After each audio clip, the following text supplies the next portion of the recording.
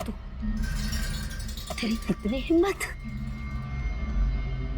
मेरे मेरे पुश्तैनी जायदाद पे नजर रखेगा तू? अगर हिम्मत है तो सामने आके दिखा। मेरे घर की तरफ बढ़ता हुआ तेरा हर एक कदम तुझे भारी पड़ेगा, भारी पड़ेगा।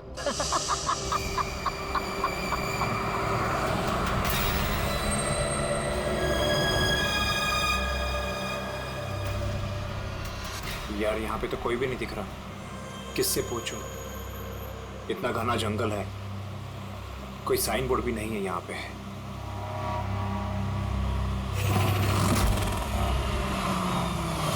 अरे भाई साहब, ये पिपलिया गांव का रास्ता यही है ना?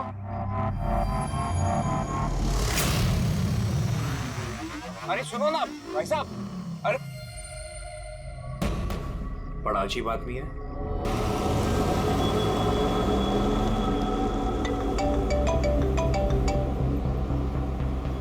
Hi baby. हाय, पहुंच गए? बस पहुंचने वाला हूँ। डोंट टेल मी तुम अब तक नहीं पहुंचे। इतने लेट कैसे हो गए? एक्चुअली क्या है, ये जगह शहर से काफी दूर है और यहाँ ज्यादा लोग भी नहीं दिख रहे मुझे। Alright, tell me, are you missing me? Of course. मैं पूछने वाली क्या बात है? अच्छा, तुम एक काम करो, जल्दी जल्दी ये सारी फॉर्मेलिटीज खत्म कर लो, अपनी सारी कागजी कार्रवाई एंड ऑल दैट। उसके बाद मे बी नेक्स्ट फ्लाइट से I can come and join you in India. What's it? Great, that's good news.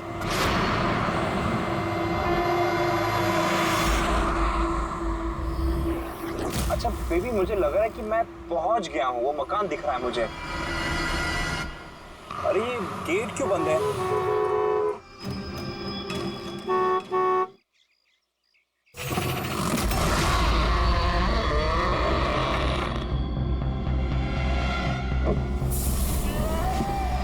जी? राय रंजीत के मकान में जा रहे हो? हाँ? मत जा, वो तेरी जिंदगी की सबसे बड़ी गलती होगी। मत जा। लेकिन आप कौन है? मैं तुम्हारी मौत, तुम्हारी मौत।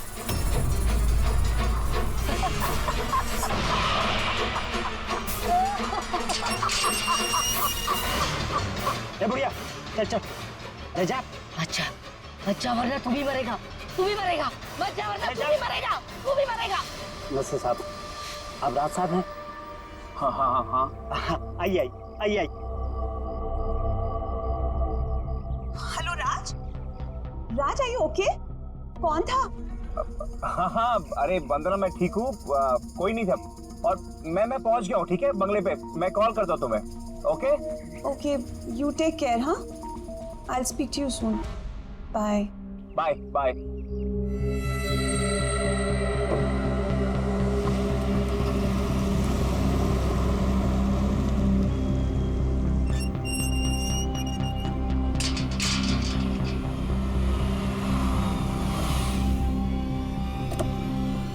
आइए साहब।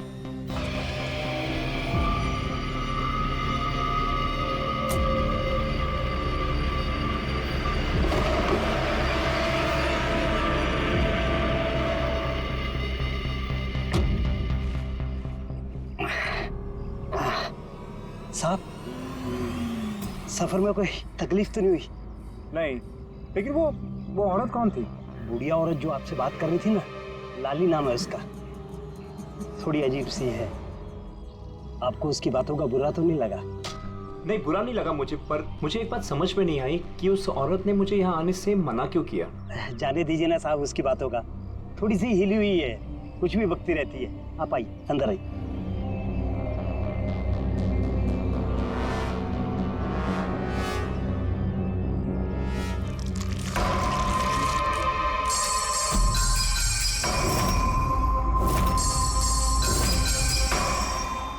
ये आदमी तो मुझे बीच रास्ते में मिला था। उसका नाम कमल है, यहाँ का माली। हमने सोचा अब आप यहाँ पर रहने वाले हैं तो क्यों ना बगीचे के जो रंग बिरंगे फूल हैं फिर से खिल उठाएं।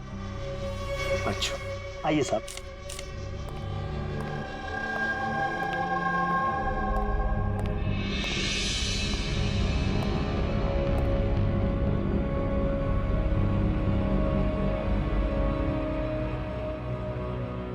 अच्छा एक बात बताइए, जी यहाँ कितने साल से काम कर रहे हैं आप? बस साहब ये समझ लीजिए कि मैंने बचपन में चलना यहीं से सीखा था, और अब इस घर से तभी जाऊंगा जब मेरी अर्थी उठेगी।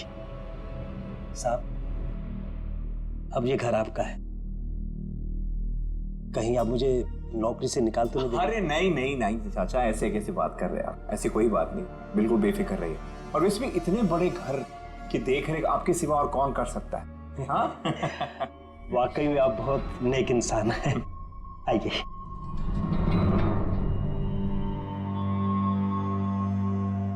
साहब ये है आपका रूम, वॉशरूम उधर है, आप फ्रेश हो जाइए, तब तक मैं आपके लिए खाने पीने का बंदोबस्त करता हूँ। ठीक है।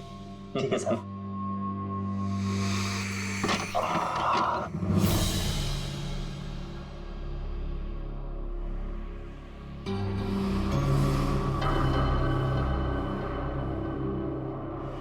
चला जा, चला जा, चला जा, वरना तू भी मरेगा।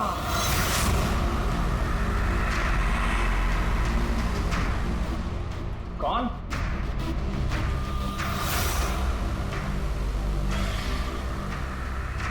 मैंने कहा ना, चला जा।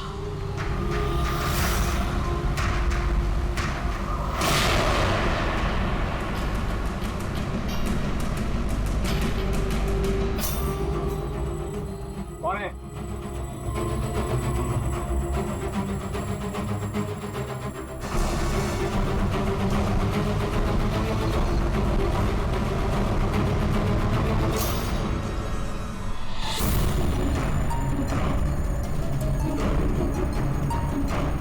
जैसे बाकी लोग मरे हैं, वैसे तू भी मरेगा।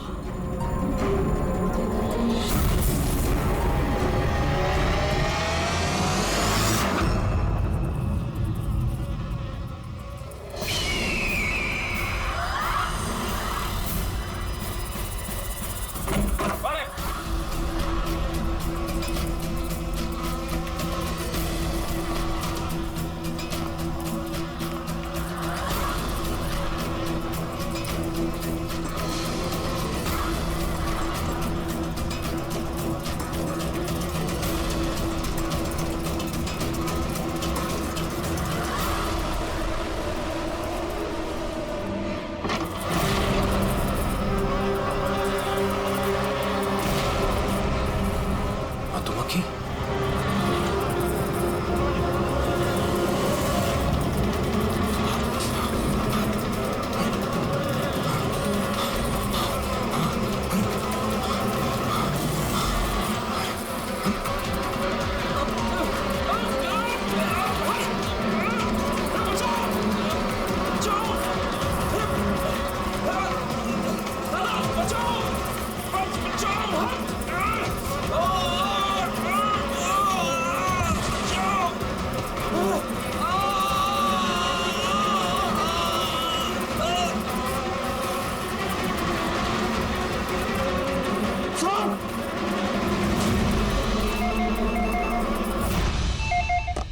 Hello. Hello, can I speak to ACP Pradyuman please? हाँ जरा शांत हो जाइए, कौन बोल रही हैं आप? मैं कौन बोल रही हूँ, मुझे क्या काम है, मैं सिर्फ उन्हें बताऊंगी। Can you just make me speak to him right now please? एक मिनट होल्ड करिए। सर। हाँ सर, फोन कॉल है। सर कोई लेडी है, बहुत रो रही है, कह रही है सिर्फ आपसे बात करेगी। हेलो। Hello, ACP Pradyuman. हाँ मैं एसीपी प्रद्युमन बोल रहा हूँ। सर, हाँ कहिए। सर मैं वंदना बोल रही हूँ अमेरिका से। हाँ बताइए। सर मेरे साथ बहुत बहुत बहुत बुरा हुआ है सर। क्या हुआ आपके साथ? सर मेरे फियांसे राज इंडिया गए थे कुछ नए मकान खरीदते। सर मधुमक्खियों के काटने से उनकी मौत हो गई। क्या? अच्छा तो बताइए मैं क्या कर सकता हूँ आपके लिए? सर लेकिन मुझे लगता है कि उनकी मौत मधुमक्खियों के काटने से नहीं हुई। इनफैक्ट उनका मर्डर हुआ है। He's been killed। तो ऐसे क्यों लगता है आपको कि उनका खून हुआ है? सर वो जब प्रॉपर्टी खरीदने के बाद कागजी कार्रवाई के लिए जा रहे थे तो तब तब क्या हुआ? सर मैंने साफ साफ सुना था, राज को कोई औरत धमका रही थी। कौन थी वो औरत? No sir, I have no clue. जरा एक बात बताइए, क्या आपके राज की यहाँ इंडिया में किसी के साथ कोई दुश्मनी थी, कोई झगड़ा वगड़ा हुआ था? नहीं सर, राज की किसी के साथ कोई एनिमिटी, कोई दुश्मनी नहीं थी। इनफैक्ट राज तो इंडिया में किसी को जानता ही नहीं था। तो फिर कौन कर सकता है ये? कौन जान ले सकता है राज की? क्या आपको किसी पर शक है? नहीं सर, कोई शक नहीं। सर राज तो एक नेक काम करने जा रहे थे। कैसा काम? He wanted to start an orphanage. सिर्फ एक अनाथ आश्रम खोलना चाहते थे वो। वाकई नेक काम है, लेकिन किससे खरीदने वाले थे मकान वो? सब मकान तो वो ऑलरेडी खरीद चुके थे गवर्नमेंट से नीलामी के बाद। वो सर इंडिया कागजी कार्रवाई के लिए गए थे। देखिए, एक काम कीजिए, सारे के सारे डिटेल मुझे भेज दीजिए, मैं आपकी पूरी की पूरी मदद करूंगा, ठीक है? सर मैंने सीआईडी के बारे में बहुत सुना है। सर मुझे भी जस्टिस मिलेगी ना? वंदना जी, मैं आपसे वादा करता हूँ, आपको पूरा का पूरा इंसाफ दिलाएंगे हम, और जिसने भी आपके राज के साथ बुरा किया है उसे हम सजा दिलवाएंगे। वंदना, उसका मंगेतर राज अमेरिका से इंडिया आता है मकान खरीदने, अनाथ आश्रम चलाने, और राज की मौत होती है मधुमक्खी के काटने से। इंटरेस्टिंग।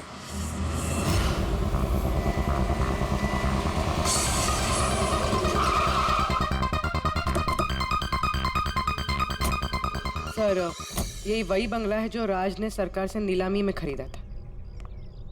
अच्छी खासी प्रॉपर्टी लग रही है। आप देखभाल करते हो उस जगह की? जी हाँ, कहिए। कहेंगे आप, हम सिर्फ सुनेंगे। क्या मतलब? सीआईडी? क्या बात होगी सर? राज राकेश नाम के एक आदमी का खून हुआ है यहाँ पे। बहुत बुरा हुआ सर उनके साथ। उन्होंने ही सरकार से ये मकान खरीदा था। हाँ, उन्हीं की बात कर रहे हैं। उनका खून नहीं हुआ, मधुमक्खियों के काटने से उनकी मौत हुई है। मैंने खुद अपनी आंखों से देखा था। नहीं देखा होगा आपने, लेकिन यहाँ इस बंगलों में आने से पहले किसी औरत ने उन्हें धमकी दी थी। कुछ जानते हो उस औरत के बारे में? अच्छा, वो लाली साहब, वो बुढ़िया तो बेतुकी बेसर की बातें करती रहती है। आप उसकी बातों को गंभीरता से मत लीजिए। क्या गंभीरता से लेना और क्या नहीं वो हम तय कर लेंगे। आप ये बताइए कि वो लाली वो रहती कहाँ? कहीं भी नहीं सर। कहीं भी नहीं मतलब? उस बेचारी का ना तो अपना कोई घर है और ना ही कोई अपना परिवार। बस दिन भर इधर उधर घूमती रहती है। नहीं, कहीं तो बैठती होगी, खाना वाना खाती होगी, कोई एक जगह होगी ना जहाँ पे वो रहती होगी ज्यादातर। हाँ, पास में एक तालाब है, अक्सर वहीं बैठी रहती है। अच्छा, दे क्या तुम इस लाली से मिल लो, तब तक इस मकान का चक्कर लगा लेता हूँ मैं। ठीक है, अब जरा वो जगह दिखाओ जहाँ पे खून हुआ था। आइए साहब।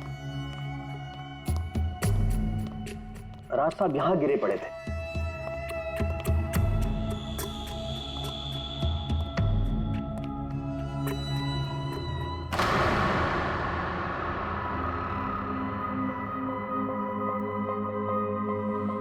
पहले मधुमक्खियों ने राज साहब को मारा, फिर वो खुद मर गए। ये मधुमक्खी के हमले यहाँ पे अक्सर होते रहते हैं क्या? नहीं साहब, इससे पहले तो मैंने एक मधुमक्खी भी नहीं देखी यहाँ। पता नहीं राज साहब के पीछे इतनी सारी मधुमक्खियां अचानक कहाँ से आ गई। राय रंजीत की हवेली से आ रहे हो ना तुम लोग? राय रंजीत की हवेली से आ रहे हो ना तुम लोग?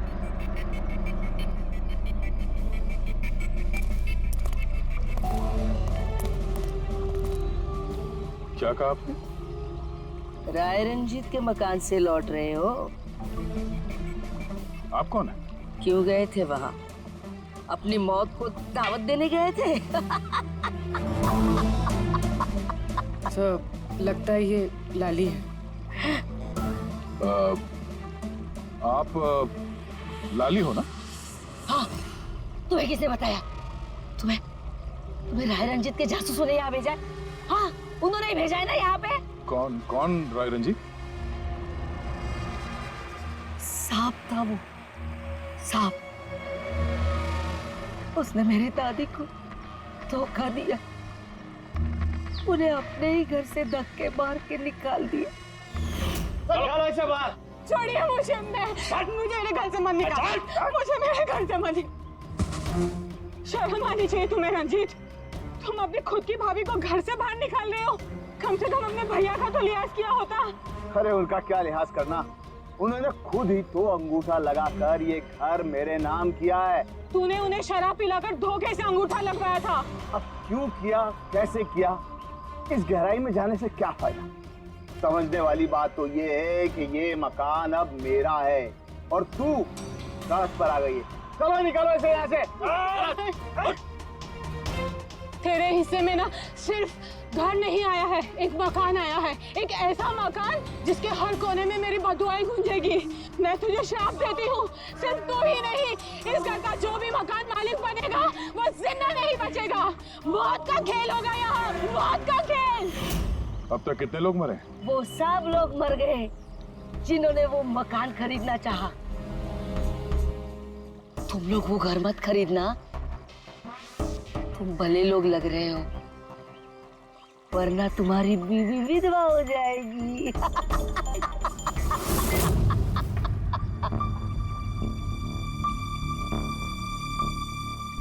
माँ जी, ये कुछ पैसे हैं, काम आएंगे।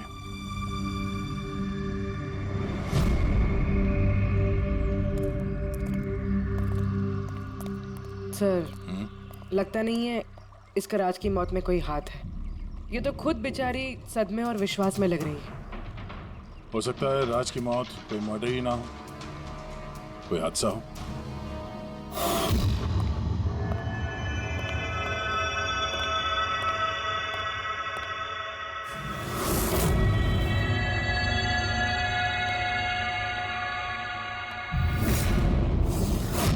अरे ये कमरा खुला कैसे है?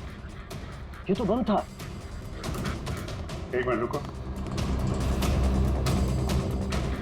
शायद राज ने खोला।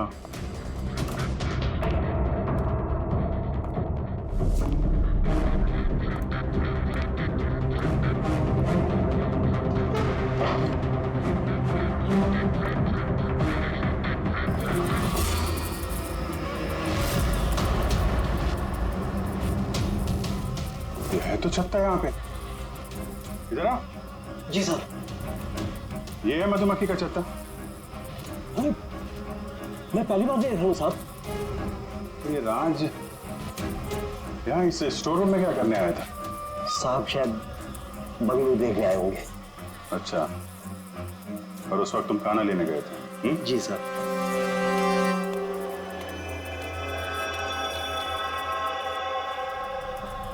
वो कौन है?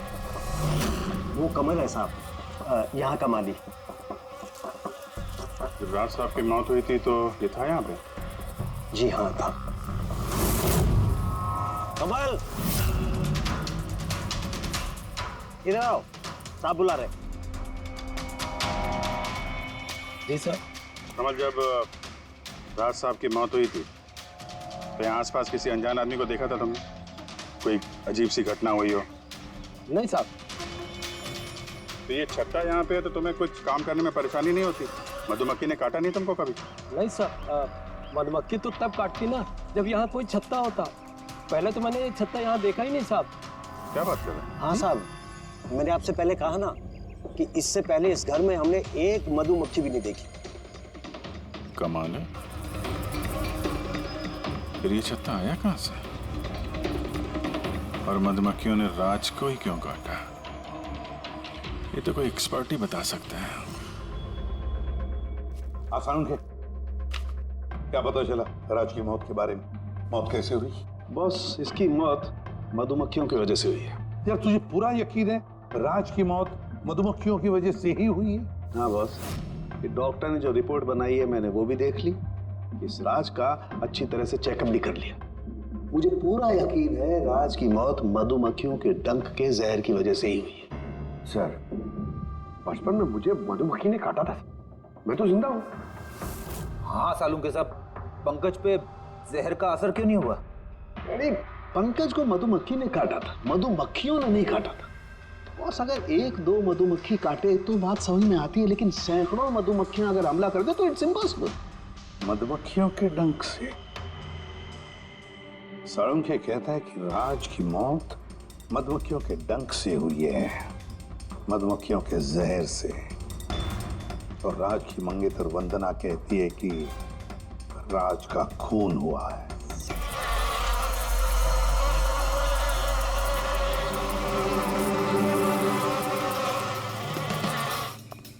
इस छत्ते को बाहर से लाकर यहाँ पर लगाया गया।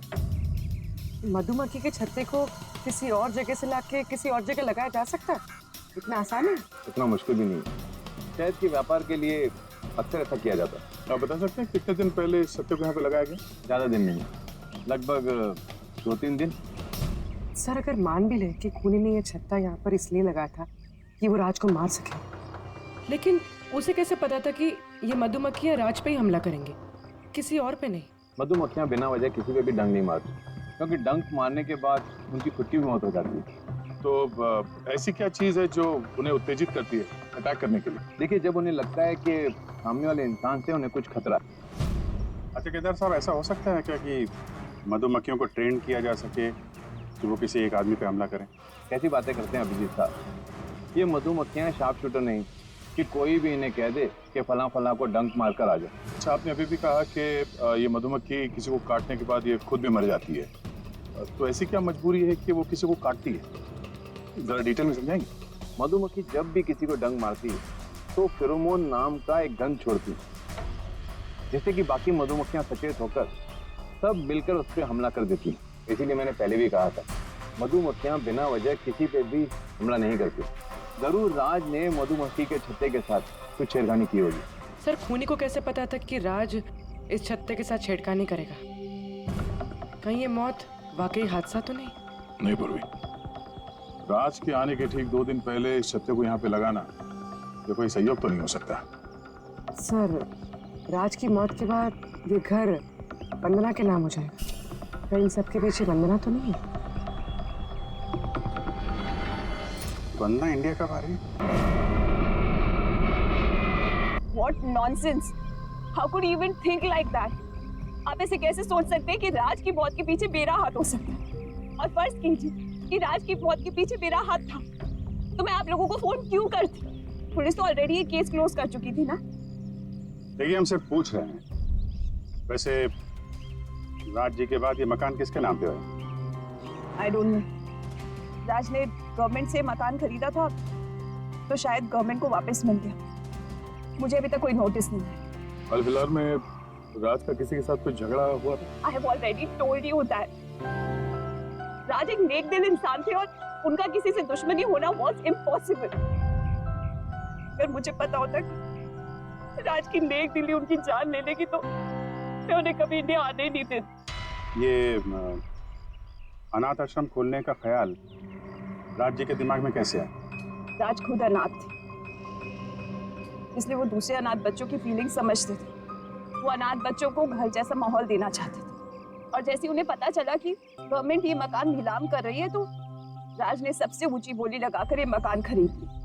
तो कहीं इस राज की मौत का कारण ये घर तो नहीं? हो सकता है कोई और भी इस घर को खरीदना चाहता था, राज बीच में आ गया इसलिए। What? कोई इतना नीच कैसे हो सकता है? इस दुनिया से इंसानियत उठ गई है क्या? इंसानियत है वंदना जी, इंसानियत है, लेकिन कुछ लोग हैं जो इंसानियत में जहर घोलने पे तुले हुए हैं। पता करते हैं किस किस को दिलचस्पी थी इस प्रॉपर्टी में। देखिए सर, मैं आप लोगों को नहीं बता सकता हूँ कि राज जी के अलावा किन किन लोगों ने इस नीलामी में हिस्सा लिया था। सॉरी।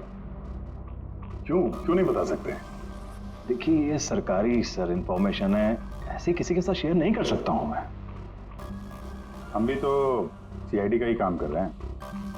हाँ, वो सब ठीक है, लेकिन क्या है कि अगर सरकारी नोटिस मिल जाए तो मैं ये आपको इन्फॉर्मेशन दे सकता हूँ, उसके बिना नहीं दिखा सकता सर। नोटिस मिल गया। आप खुश हैं आप? देखिए, अगर काम कायदे से होता है तो अच्छा लगता है। हाँ ठीक है,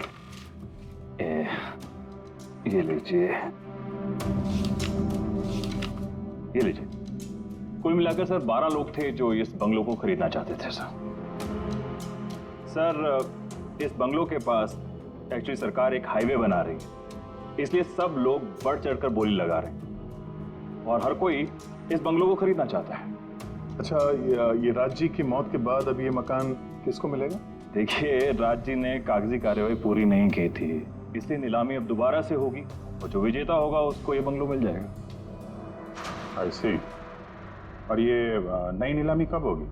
देखिए सर, अभी उसकी डेट तो तय नहीं है सर, लेकिन आपको एक बात और बताना चाहूंगा सर कि राज्य से जितने भी बिल्डर्स थे वो काफी भड़के हुए थे, काफी नाराज थे, क्योंकि उन्होंने सबसे ज्यादा बोली लगाई थी। नहीं सर, एक्चुअली उन्होंने डेडलाइन के बाद बिड सबमिट की थी सर, इसी वजह से लोग नाराज थे उनसे।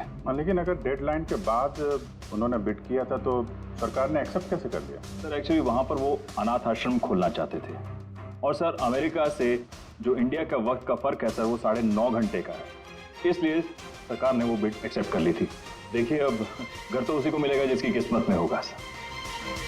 किस्मत में नहीं भी होगा तो उसने अपनी किस्मत की रेखाएं बदलने के लिए कोशिश तो की होगी और जरूर इस लिस्ट में से ही कोई होगा वो। ललित जी, अब तो ये दोबारा नीलामी होगी, तो जिन लोगों ने अप्लाई किया है इस दूसरे नीलामी के लिए, क्या हम उनकी लिस्ट देख सकते हैं? नो सॉरी, ये लिस्ट आपको मैंने इसलिए दिखा दी कि ये नीलामी हो चुकी है, लेकिन वो जो नई लिस्ट आने वाली है सर वो तो आप किसी भी कीमत पर नहीं देख सकते।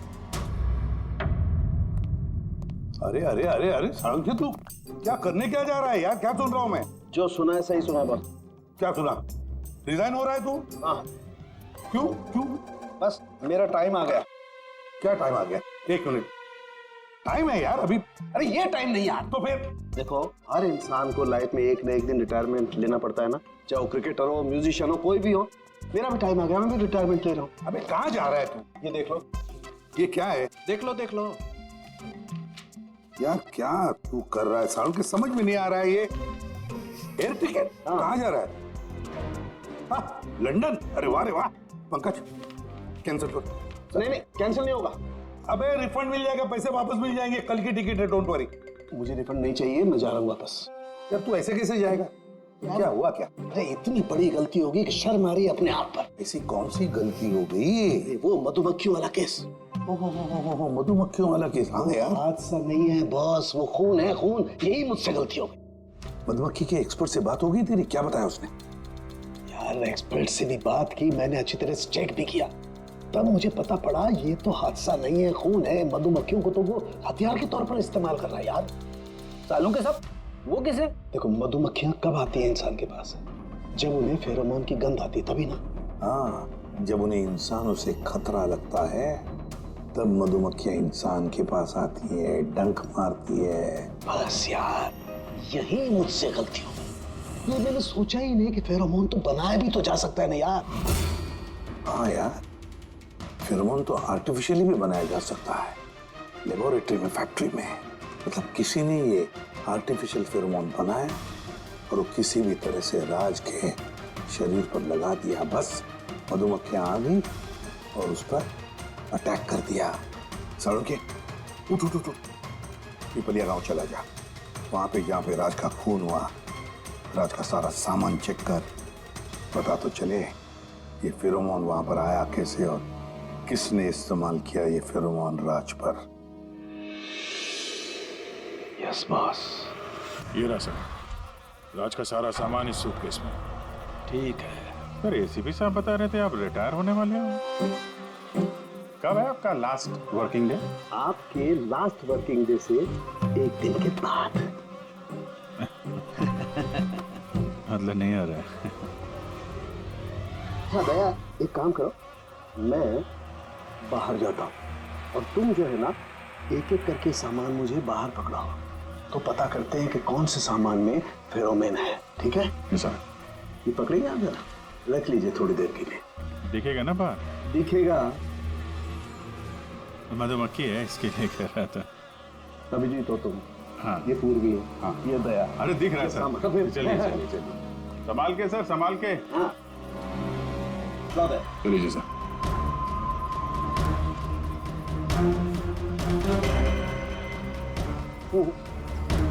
नहीं, इसमें फेरोमोन नहीं।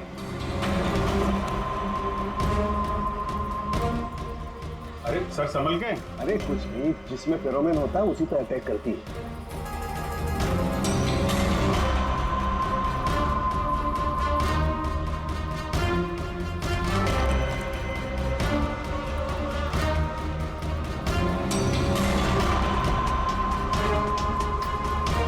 अरे यार,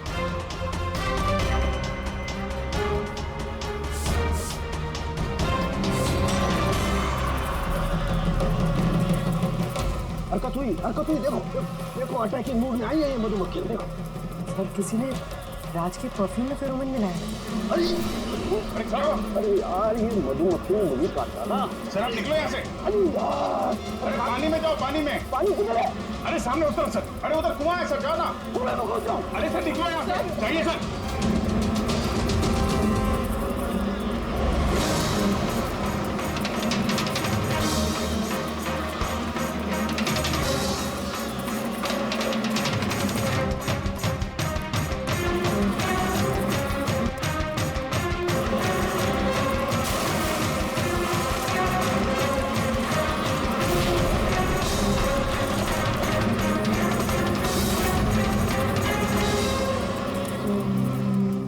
आप ठीक हो सर? बाप रे बाप, ये मधुमक्खियां आपको रिटायर नहीं होने देंगी सर। बाहर निकालो मुझे। आइए आइए आइए सर। मधुमक्खी, अरे नहीं, आइए आइए आइए। हेलो जी, नमस्ते, कैसे हैं आप? जी मैं चंदूमल फंडूमल कंकेशवास। अरे वाह, बहुत लंबा नाम है आपका। बताइए क्या काम था आपको? जी वो नीलामी के लिए आया था मैं। वो पुराना वाला बंगलो हाईवे के पास, वो खरीदना है मुझे। सर ऐसे नहीं खरीद सकते हैं सर, उसमें नीलामी होगी तभी वो जो जीतेगा वही खरीद सकता है। अरे तो पैसा लगाएगा ना, मैं पैसा लगाएगा। देखिए अब टाइम नहीं बचा है, सिर्फ 15 मिनट बचे हैं, आप लेट हो गए। अरे क्या बात कर रहे हैं सर, 15 मिनट में क्या क्या हो जाता है। ये देखिए ना, मैं तो ये बेड का लिफाफा भी लाया हूँ, ये देखिए। राकेश, इधर रजिस्टर लेकर आ।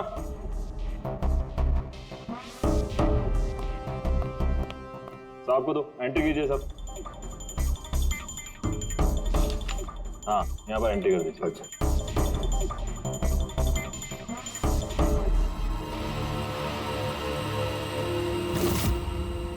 यहाँ साइन कर दीजिए लास्ट में। गुड, लाइए। अच्छा वेरी गुड, ये तो अच्छा हो गया सर। वो बंगले का चाबी। और मजाक कर रहे हैं? अरे चाबी ऐसे थोड़ा ना मिलता है। अरे भाई बोली लगेगी, नीलामी होगी, उसके बाद जो जीतेगा उसको मिलेगा। भाई क्या बात कर रहे हैं आप? बेट तो मैं ही जीतूंगा, ये पक्का है। भाभी और बच्चों को मेरा प्यार देना, ठीक है सर? Thank you. पता नहीं कहाँ कहाँ से चले जाते हैं, कमाल है।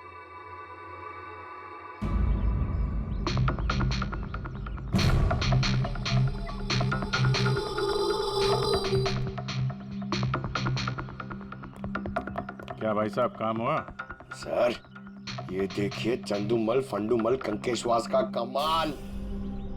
Good job Pankaj. 12 में से 2 लोग हैं जिन्होंने दोबारा बोली लगाई है इस मकान को खरीदने के लिए, हेमंत और रोशन। मतलब खूनी इन्हीं 2 में से कोई हो सकता है। और वो जो कोई भी है, इस बार भी इस मकान को हथियाने के लिए किसी भी हद तक जा सकता है। दोस्तों अब ये वक्त आ गया है कि बता दिया जाए कि नीलामी का विजेता आखिर है कौन। और मुझे बताते हुए बहुत खुशी हो रही है कि नीलामी के जो विजेता है मिस्टर रोशन। रोशन जी आपको बहुत बहुत बधाई। 1 मिनट, काय की बधाई हो? सबसे ज्यादा बेट मैंने लगाई थी, ये कैसे जीत गए? देखिए भाई साहब, आपको कोई गलतफहमी हुई है। सबसे ज्यादा बेट मिस्टर रोशन ने लगाई थी, इसलिए रोशन को मकान दे दिया गया। ऐसा हो ही नहीं सकता। मैंने बहुत ऊंची बोली लगाई थी, ये बेट मुझे मिलनी चाहिए थी। आप ऐसे ही बात कर रहे हैं सर, मैंने तीनों लिफाफे चेक किए हैं और चेक करने के बाद मिस्टर रोशन की कीमत सबसे ज्यादा थी, इसलिए मिस्टर रोशन को मकान दे दिया गया है। प्लीज कम ऑन यार, अब हार गए हो तो बच्चों की तरह रो मत।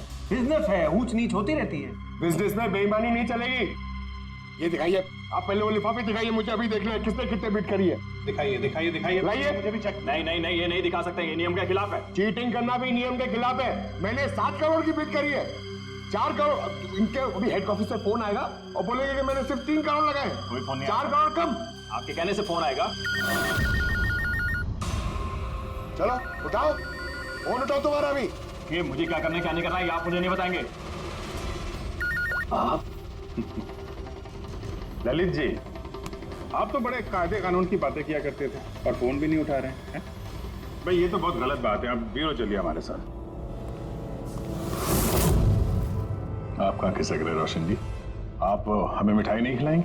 नई प्रॉपर्टी ली है आपने? आइए, आप ही आइए। आइए आइए। सर रोशन जी बिल्कुल ठीक बोल रहे हैं सर। सर रोशन जी का इससे कुछ लेना देना नहीं है। जो भी फ्रॉड हुआ है सर मैंने किया है। ये रोशन का जुर्म अपने सिर पर क्यों ले रहे हो? अच्छा खासा पैसा दिया है क्या रोशन ने तुम्हें? और एक बात याद रख लो, ये पैसा खर्च करने को नहीं मिलेगा, क्योंकि तुरंत फांसी होगी तुम्हें। सर इतनी सी बेईमानी के लिए फांसी चढ़ा देंगे? नहीं नहीं नहीं, बेईमानी के लिए नहीं, खून के लिए। खून के लिए फांसी होगी। सर खून किसका खून सर? राज राकेश का खून, जिसने पिछली नीलामी में वो घर, वो प्रॉपर्टी खरीदी थी। सर लेकिन मैंने किसी को नहीं मारा सर। सर मैंने नहीं मारा है सर किसी को। पता है। इस रोशन ने मारा है, तो इसकी पोल खोल दो, वरना इसके पाप का मटका तुम्हारे सिर पे फूट जाएगा। सर ये क्या कह रहे हैं सर आप? मैं भला राज को क्यों मारूंगा सर? इस प्रॉपर्टी के लिए, और किस लिए? क्या कह रहे हैं आप सर? सर मैं मानता हूं कि मैं ललित के साथ मिलकर नीलामी में छोटी मोटी हेरा फेरी करता था, पर सर एक प्रॉपर्टी के लिए किसी का मर्डर थोड़ी कर दूंगा मैं। मतलब तुम्हारे कहने का मतलब है तुमने ये खून नहीं किया? नहीं सर। चल ठीक है, पूर्वी जरा परफ्यूम लाना।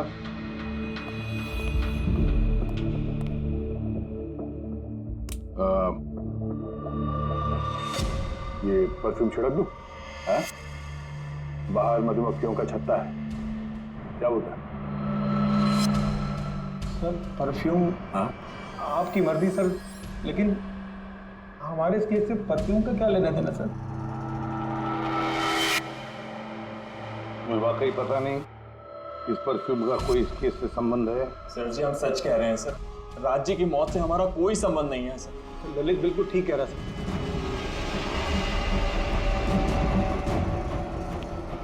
अगर ये खून रोशन ने नहीं किया तो फिर बचता है वही एक। इन कागज से साबित होता है कि तुम राय रंजीत के पोते हो। तुम्हारे पास तो बहुत बड़ी वजह थी इस मकान को वापस पाने के लिए, क्यों? देखिए, राय रंजीत का पोता होने से यह साबित नहीं होता कि यह खून मैंने किया है। हेमंत जी, खूनी कभी कभी अपने जुर्म के सबूत अपने साथ लेकर चलता है, जैसे तुम। मैं समझा नहीं। मैं समझाता हूँ। ये रहे सबूत। कमाल है सालू के साहब, सेफ्टी सूट पहनने के बावजूद भी आप दोनों को मधुमक्खियों ने काटा। हाँ, कभी कभी सेफ्टी सूट पहनने के बाद भी मधुमक्खियां डंक मार सकती हैं, और फिर मधुमक्खी के छत्ते को इधर से उधर ले जाने में तो और भी ज्यादा अटैक हो सकता है, नहीं? जी देखिए, वो दरअसल बहुत हो गया हेमंत, तुम्हारी बेगुनाही का और भी कोई सबूत चाहिए? जी नहीं, मैंने ये सब किया था। जब राज बंगले में घुसा तब मैं वहीं था, और मौका देखकर मैं बंगले में घुस गया था। मैंने परफ्यूम की बोतल के अंदर फेरोमोन मिला दिया। उसके बाद राज को आवाज से डिस्ट्रैक्ट किया, मधुमक्खी के छत्ते तक लेकर गया, और उसके बाद का काम मधुमक्खियों ने कर दिया था। मुझे मेरा पुश्तैनी मकान वापस चाहिए था। वाह रे वाह, अपने पुश्तैनी मकान के लिए तुमने एक नेक इंसान का खून कर दिया। कानून तुम्हें कभी माफ नहीं करेगा। तुम्हें कम से कम आजीवन कारावास की सजा होगी। ले जाओ इसे पंकज।